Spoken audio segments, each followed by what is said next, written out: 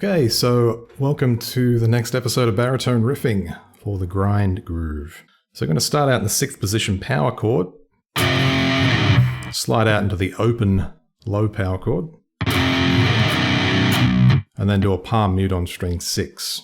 We're going to go to the 1st position, strum that and slide over to the 4th position. Palm mute again on the 6th.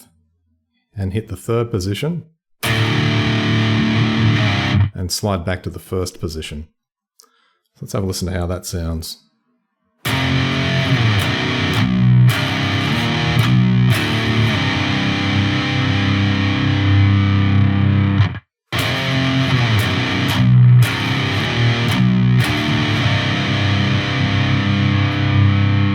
We're going to hit the low 6 again, palm muted. Slide into the 8th fret on the 5th string, then hit the 7th fret. Actually, I think we probably should use the 3rd finger. Let's check. I still think I used the middle finger in the introduction performance, but it probably doesn't matter that much. So it's...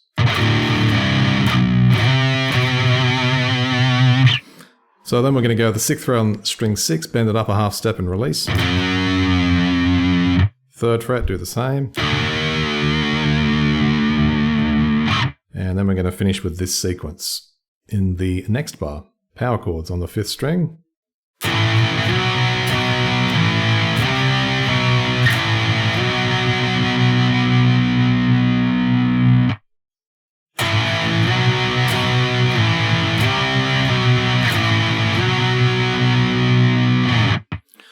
Okay, so let's have a listen to the first 3 bars so far.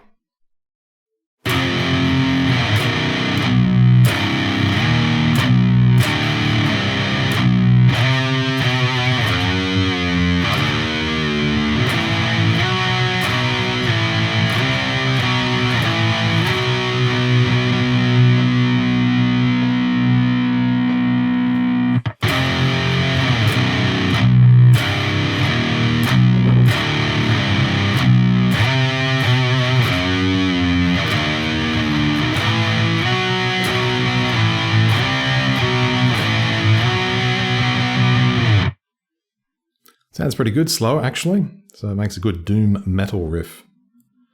Okay, so now we're in for some chunkifying, and we're going to stay on the low power chord. Do that for 4. 4th position. These chords are all on the 6th and 5th string, by the way. So it's 4th position, 3rd, 1st, and 3rd.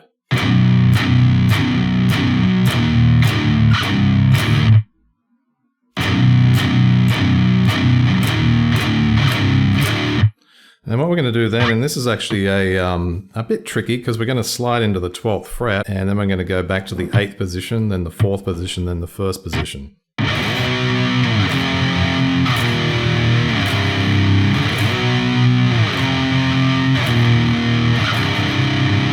So if we try from the previous bar,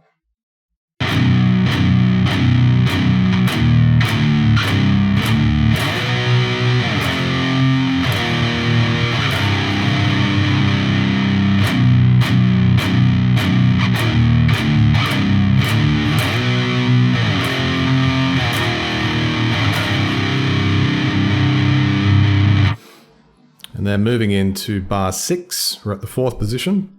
We're going to palm mute that all the way through the bar. 5 of the strums are going to be in the 4th position. And then it's 3rd, 2nd, 1st.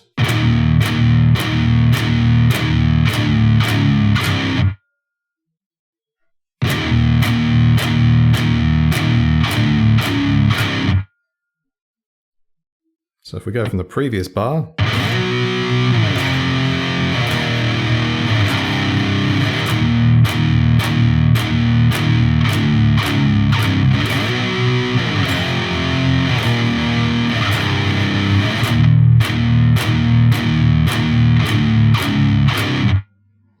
back into the low power chord for 4.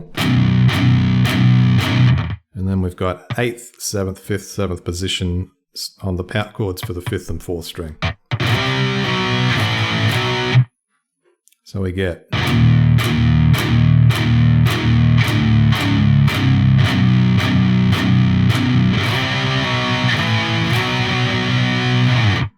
So a lot of shifting around, so it's really good for position shifting skills, and I noticed that I had to practice it a bit, even though I wrote it.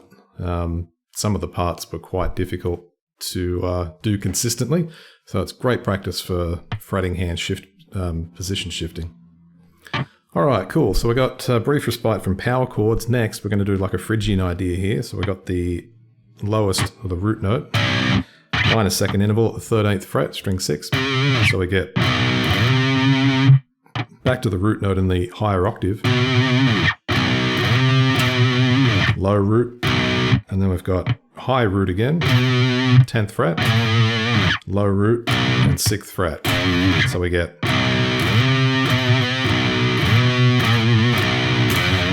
It's not indicated in the transcription, but I like to give it a good amount of vibrato there.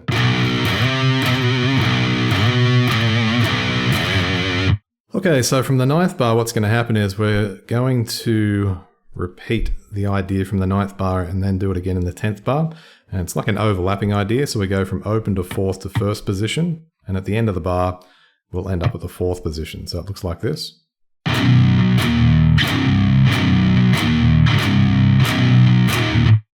And then the next bar, repeat it.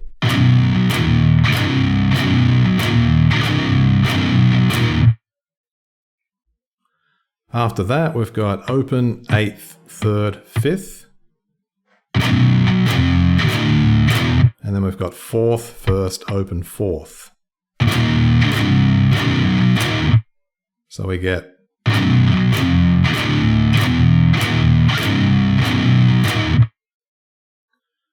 And then the next bar then, we've got the 8th position for 2, and then we're going to descend chromatically until we get to the 1st position. The very last strum is going to be 3rd position.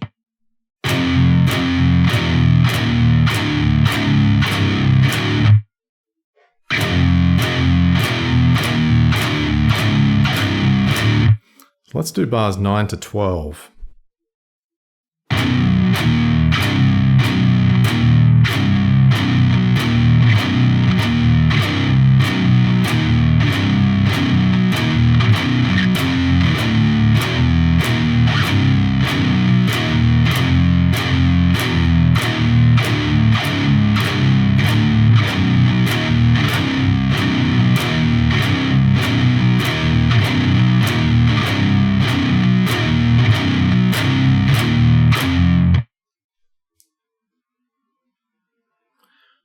Okay, so from that point, the, 13th bar, 14th bar are actually identical to the 9th and 10th bar, I think. Let me check. Yeah, pretty much. So they're going to sound like this.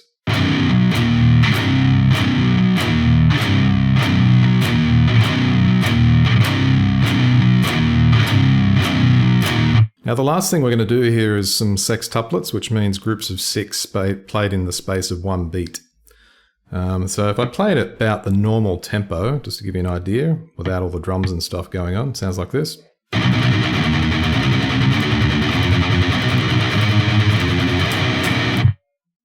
Just do that again.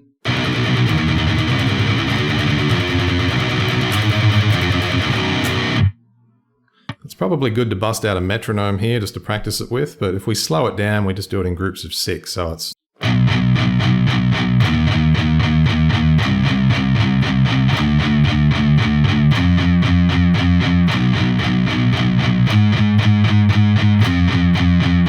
One more time.